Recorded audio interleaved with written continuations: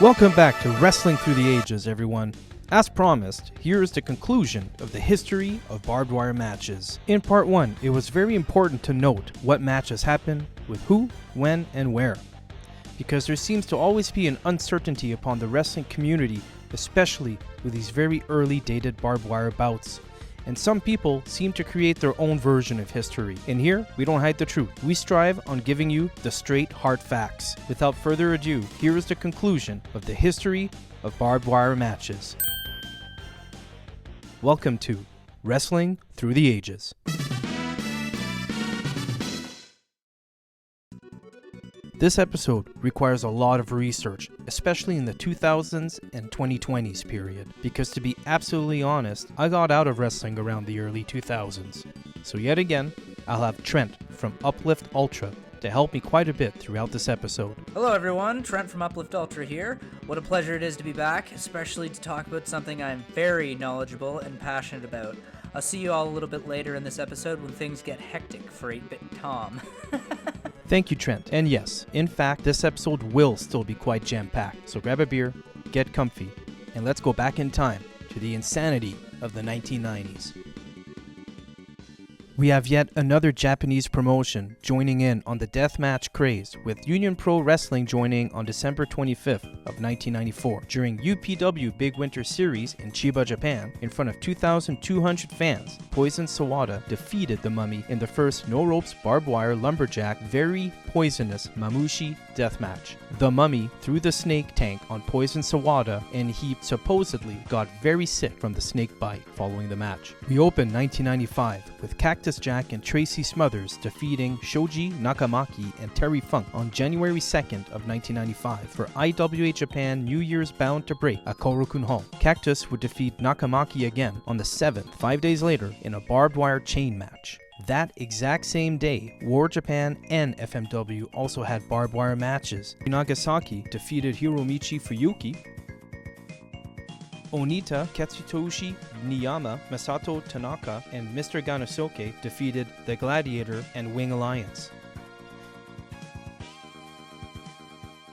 FMW put on their Onita Memorial Retirement Tour Last Fight Final Chapter until May 5th. That's a 5-month deathmatch tour. Ouch. Back in America, we saw Axel Rotten blasting brother Ian Rotten on February 25th for ECW Return of the Funger pay-per-view.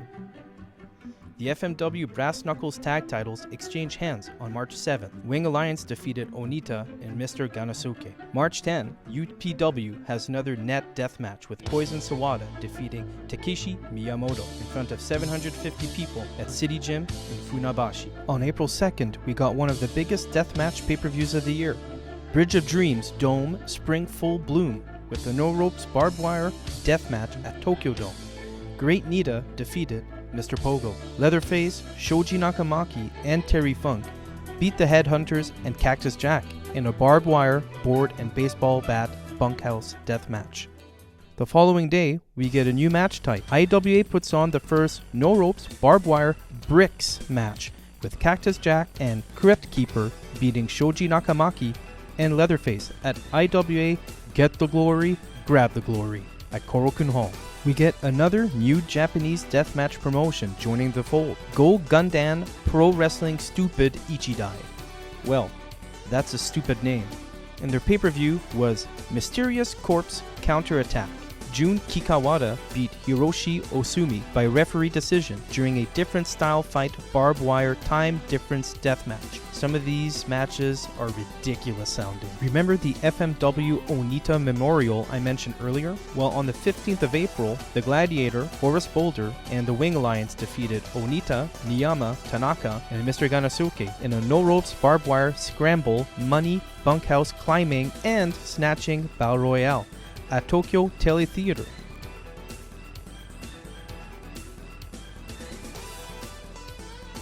Back in America, Axel Rotten beat Brother Ian again in a barbed wire baseball bat match at ECW Hostile City Showdown. May 5th, Onita defends and retains the FMW Brass Knuckles heavyweight title against Hayabusa during a barbed wire current mine explosion time bomb deathmatch at Kawasaki Stadium. in front of 58,250 fans. I could talk in depth about this match. Instead, here's a link to the full match with commentary by yours truly and Ricardo. Wing put on their pay-per-view Cursed of the Barbed Wire Bat, featuring some talent from ECW.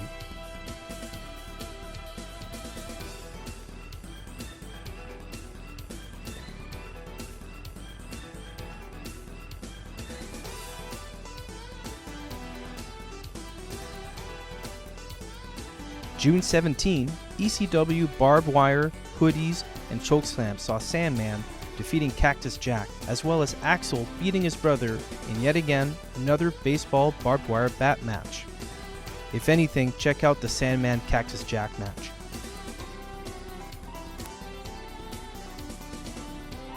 And we finally arrive at the pay-per-view that introduced most of us North American fans to barbed wire matches and what many consider to be the holy grail of deathmatch pay-per-views.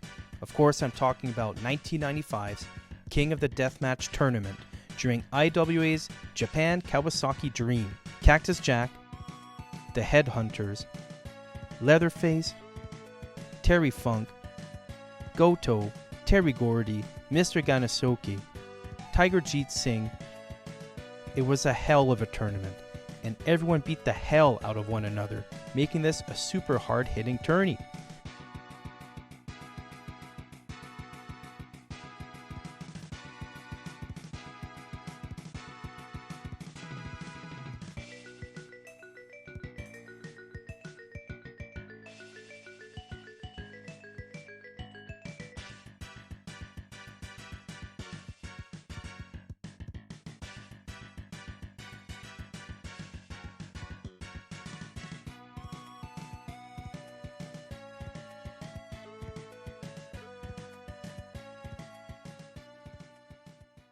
But we all remember this 27,500 packed Kawasaki Stadium for one match.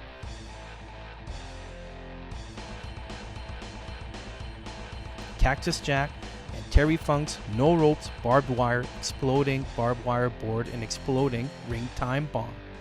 This match alone influenced the next generation of hardcore wrestlers. It was an amazing tournament ender, which to this day many would say is impossible to surpass, and is the greatest barbed wire death match in professional wrestling history.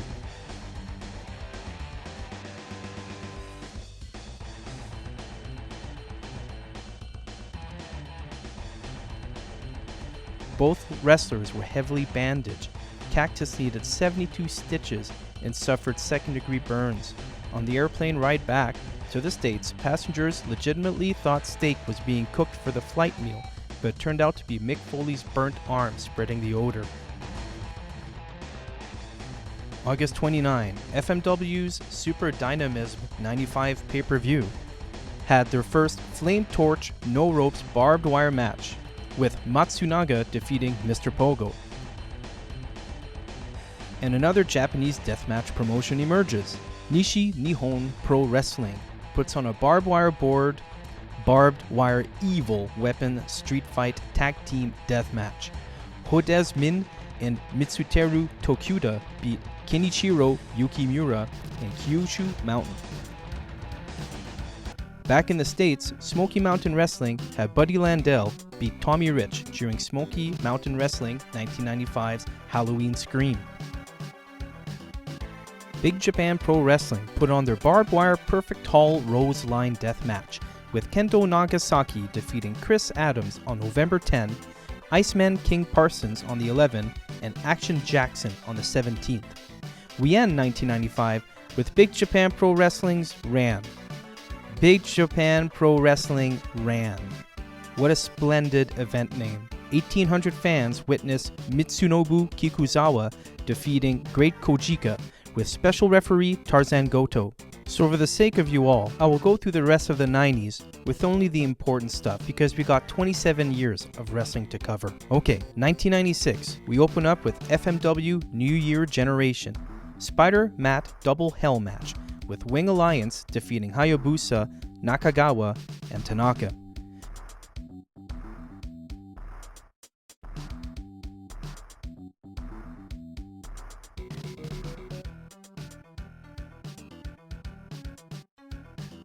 Big Japan Pro Wrestling gets a logo update, and Ian Rotten creates what would turn out to be one of the most underpaid, badly promoted, insurance-plagued, cancerous promotions called IWA Mid-South. Thank you, Trent. I didn't know you felt so strongly about this promotion. Oh, I'll talk more about it later, don't you worry. Anyway, IWA Mid-South would bring some Japanese talent to the States, and would send some to IWA Japan and other Japanese promotions in exchange. So, let's fast forward to one of the more important matches of the earlier half of 1996. May 5th, 1996, FMW 7th Anniversary Show, Fight Creation, features the first FMW Independent Women's and WWA Women's title match, pitting two of the best female wrestlers of that era, Megumi Kudo and Combat Toyota, in a no-ropes barbed-wire electrified match. These two were longtime rivals. It's Toyota's retirement match. The explosions are superbly drawn out. The work rate is top-notch. They did the first German suplex right into the wire. I highly recommend this match, and this is one of my top 10 barbed wire matches. At the same event, Mr. Pogo and the Funker defeated Hayabusa and Tanaka in a wire current mine explosion, double hell, time bomb, tornado deathmatch.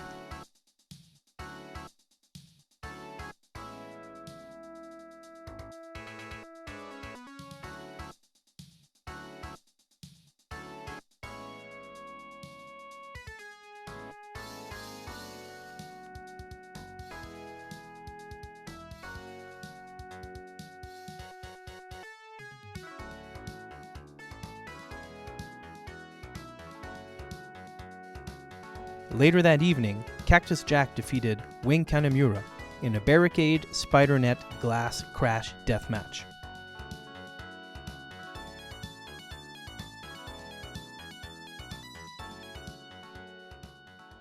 Alright, in 1997, we get the introduction of scaffold barbed wire matches. One of the first ones is Nagasaki and Yamakawa losing to Matsunaga and Nakamaki. Boatloads of these would come our way, and they only got crazier and more dangerous as the years progressed. Anyway, on December 5th, the first no-rope barbed wire and electrified light bulb chandelier death match takes place in Louisville, Kentucky for that wonderful promotion, IWA Mid-South, with Madman Pondo defeating the promoter of the company, Ian Rotten. Was the match a step forward for hardcore wrestling? Yes. Is Ian Rotten a self-centered individual putting himself in the spotlight as often as he can? Also, yes. Anyway, 2 days later, ECW booked a Raven vs. Sandman barbed wire match, with Sandman hurling himself in the wire recklessly and losing following Raven's even flow on top of barbed wire. This was their blow-off match to their violent and psychological feud.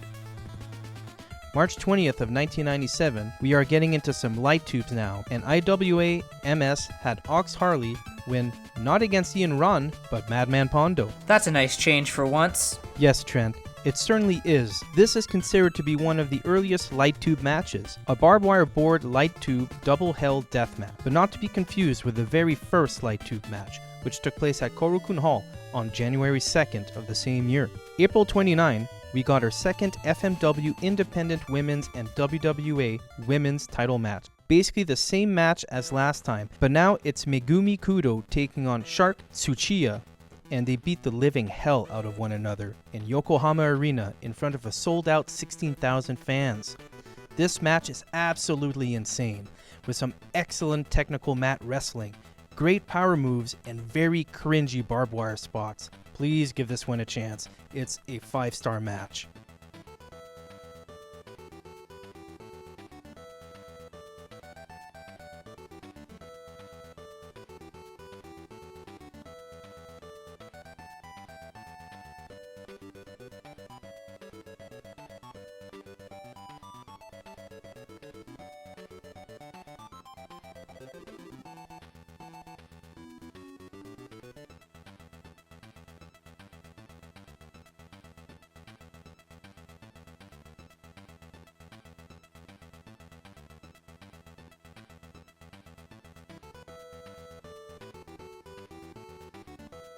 Back stateside, ECW Born to be Wired heavyweight title match on August 9, Sabu defeated Terry Funk in an absolutely brutal barbed wire match.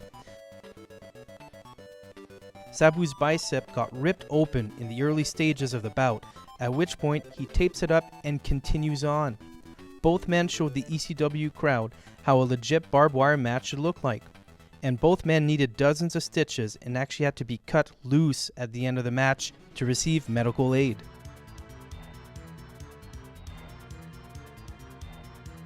FMW put on its first super large time bomb on the 28th, with Onita besting Wing Kanemura.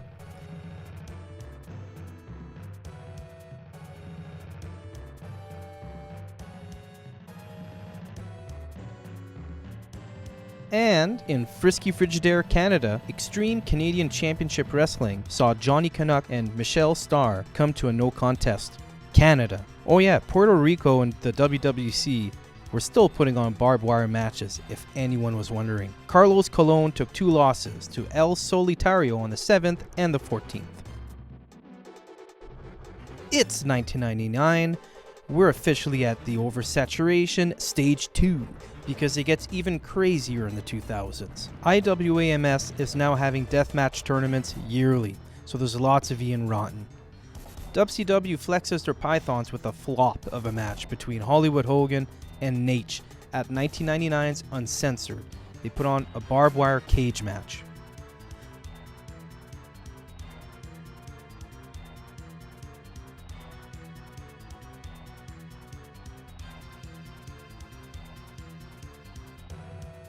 On April 10th of 1999, we get the first, and I think only, New Japan Pro Wrestling barbed wire explosive match between Onita and Masahiro Chono, ending in a double knockout. Give this match a watch. It's actually quite surprising New Japan would allow this type of match in front of 60,000 fans. CZW and XPW gets its start with death matches around this time. Remember CCW and XPW, anyone? Wait, what? A second Poke match in NJPW on August 28th at Jingu Climax TV taping between Great Muta and Great Nita? I gotta check this one out.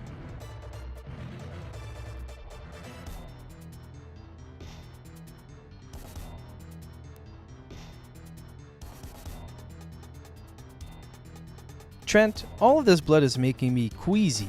Would you mind taking over? I'm feeling a little sick. Not at all, Tom. You better sit down, and a good thing too, because things are definitely ramping up right away. The 2000s. Yes, the 2000s. What a glorious period of barbed wire, where we will roughly get almost 200 plus barbed wire matches each year. Our first match takes place inside, you guessed it, Tom's favorite, Korakuen Hall, with Tomoaki Hanma defeating Ryuji Yamakawa on January 1st. These two would redefine barbed wire matches as if that wasn't possible, right?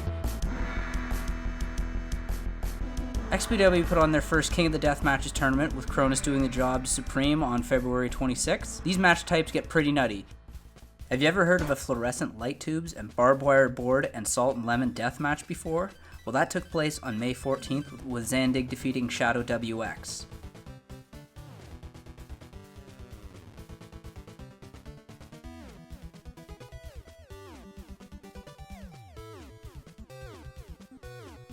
Mid-American Wrestling puts on the 2001 Hardcore Cup with, you guessed it, Ian Rotten winning. I'm getting a motion from Tom that I gotta narrow this down further because we're reaching close to 300 matches a year. Here we go. XPW, CZW, and MAW have their deathmatch tournaments. Again, Ian Rotten, again, really? Salt Death, Table Death, Light Tube Death, and Scorpion Death. Oh my. Stampede Wrestling, Dave Swift defeats Johnny Devine on July 12th, 2002.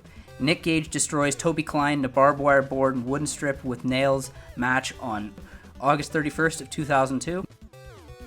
Necro Butcher, Wife Beater, Matt Tremont start doing some absolutely dangerous and awe-inspiring spots. CZW 100 Light Tubes barbed wire I Quit match between Wife Beater and Zandig takes place on November 9th, 2002.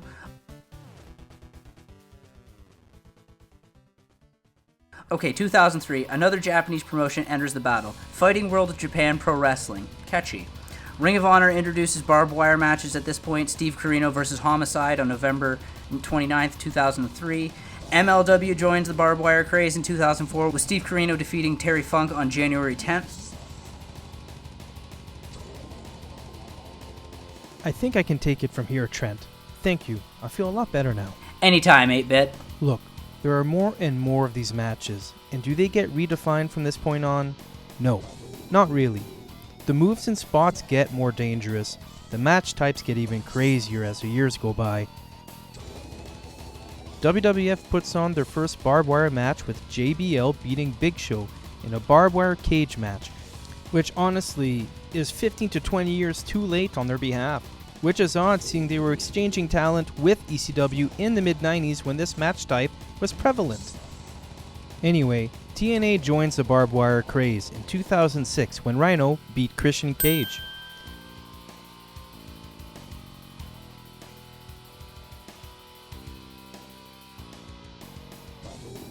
Look, I could go on and on about these match types, but the truth is, you aren't going to be surprised by anything I have to say because I already mentioned everything there is to say. I mean, alligators, snakes, piranhas, light tubes, explosions and fire, scaffolding, spider nets, scorpions. There is nothing new or groundbreaking about these match types due to the fact it has been oversaturated to death and back, dug up, thrown down a lake with cement boots, and discovered yet again. Ian Rotten is still a gigantic piece of shit. 100% a piece of shit. We see these matches surfacing again on bigger promotions and platforms like Impact Wrestling, Hard to Kill, Barbed Wire Massacre, AEW's exploding Barbed Wire Deathmatch, and again between Jericho and Kingston. FMWE Second Incarnation resurfaced. Indie promotions still book these matches on a weekly basis. Look, I'm not here to shit on anyone's parade. If you love these matches, that's great. All the power to you. I went through that phase myself, and I am happy you found a piece of wrestling that focuses on something you truly enjoy. But at the end of the day, barbed wire was introduced in wrestling to keep wrestlers inside the ring, so both competitors had no way of escape, and a winner had to emerge by the end of the bout, which can't be truly said anymore with how the evolution of this sharp strand of wire changed throughout the years. Thanks for waiting a couple months for this episode, and a super big thanks to Trent from Uplift Ultra for helping me with the history of barbed wire matches. Please go give his channel a look-see. And thank you all for your ongoing support.